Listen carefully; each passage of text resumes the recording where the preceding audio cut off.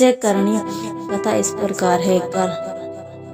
कल्पांत के पूर्व एक पुण्यात्मा राजा तप कर रहा था। राजा का नाम सत्यव्रत था। सत्यव्रत पुण्यात्मा तो था ही, बड़े उदार हृदय का भी था। प्रभात का समय था, सूर्योदय हो चुका था। सत्यव्रत कीर्तमाला नदी में स्नान कर रहा था। उसने स्नान करने के पश्चात जब तर्पण के लिए अंजलि में जल लिया तो अंजलि में जल के साथ एक छोटी सी मछली भी आ गई। सत्यव्रत ने मछली को नदी के जल में छोड़ दिया। मछली बोली, राजन, जल के बड़े बड़े जीव छोटे छोटे जीवों को मारकर खा जाते हैं। अवश्य कोई बड़ा जीव मुझे भी मारकर खा जाएगा। कृपा करके मेरे प्राणों की रक्षा कीजिए। सत्यव्रत के हृदय में दया उत्पन्न हो उठी। उसने मछली को जल से भरे हुए अपने कमंडलू में डाल लिया। तभी एक आश्चर्यजनक घटना घटी।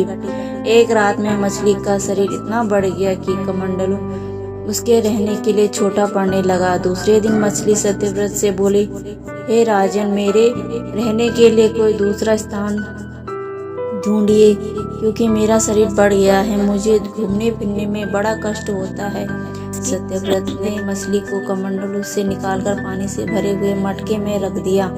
यहाँ भी मछली का शरीर रात भर भी में ही मटके में इतना बढ़ गया कि मटका भी उसके रहने के लिए छोटा पड़ गया। दूसरे दिन मछली पुनः सत्यव्रत से बोली, राजन, मेरे रहने के लिए कहीं और प्रबंध कीजिए, क्योंकि मटका भी मेरे रहने के लिए छोटा पड़ रहा है। तब सत्यव्रत ने मछली को निकालकर एक सरोवर में डाल लिया, किंतु सरोवर में भी मछली ने छोटा पड़ गया। इसके बाद सत्यव्रत ने मछली को नदी में और फिर उसके बाद समुद्र में डाल दिया। आश्चर्य, समुद्र में भी मछली का शरीर इतना अधिक बढ़ गया कि मछली के रहने के लिए वहाँ छोटा पड़ी। अतः मछली पुनः सत्यव्रत से बोली, हे राजन, यह समुद्र मेरे रहने के लिए उपयुक्त नहीं है। मेरे रहने की व्यवस्था कहीं और कीजिए। अब सत्यव्रत विस्मित हो उठा। उसने आज तक ऐसी मछली कभी नहीं देखी और विस्मय भरे स्वर में बोला, मेरी बुद्धि को विस्मय के सागर में डुबो देने वाले आप कौन हो? मत्स्य उद्धारी श्री हरि ने उत्तर दिया, हे राजन, प्रेम नामक दैत्य ने वेदों को चुरा लिया है। जगत में चारों ओर अज्ञान और अधर्म का अंधकार फैला हुआ है। मैंने हत्रियों को मारने के लिए मत्स्य का रूप धारण किया है। आज के 7वें दिन पृथ्वी प्रलय के चक्कर में फिर जाएगी। समुद्र उमड़ उठेगा, भयानक वृष्टि होगी, सारी पृथ्वी पानी में डूब जाएगी। जल के अतिरिक्त कहीं कुछ भी दृष्टि गोचर नहीं होगा। आपके पास एक नाव पहुंचेगी। आप सभी अनाजों और औषधियों के बीज को लेकर सप्त ऋषियों के साथ नाव पर बैठ जाएगा। मैं उसी समय आपको पुनः दिखाई पड़ूंगा और आपको आत्म तत्व का ज्ञान प्रदान करूंगा। सत्यव्रत उसी दिन से हरि का स्मरण करते हुए प्रलय की प्रतीक्षा करने लगे। 7वें दिन प्रलय का दृश्य उपस्थित हो उठा। समुद्र भी उमड़कर अपनी सीमाओं से बाहर बहने लगा।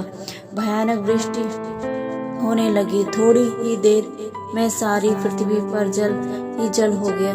संपूर्ण पृथ्वी जल में समा गई। उसी समय एक नाव दिखाई पड़ा। सत्यव्रत तब ऋषियों के साथ उस नाव पर बैठ गए। उन्होंने नाव के ऊपर संपूर्ण अनाजों और औषधियों के बीज भर लिए।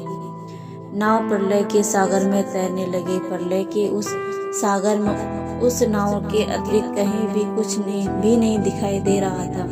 जैसे मत्स्य रूपी भगवान प्रलय के सागर में दिखाई पड़े। सत्यव्रत और ऋषि गण मत्स्य रूपी भगवान की प्रार्थना करने लगे। भगवान से आत्मज्ञान पाकर सत्यव्रत का जीवन अंधेरा उठा। वे जीते जी ये जीवन मुक्त हो गए। प्रलय का प्रकोप शांत होने पर मत्स्य रूपी भगवान इंद्र को मारकर उसके वेद छीन लिए। भगवान ने ब्रह्मा जी को पुनः वेद दे दिए। इस प्रकार भगवान ने मत्स्य रूप धारण करके वेदों का उद्धार किया, साथ ही संसार प्राणियों को भी अमित कल्याण किया। जय।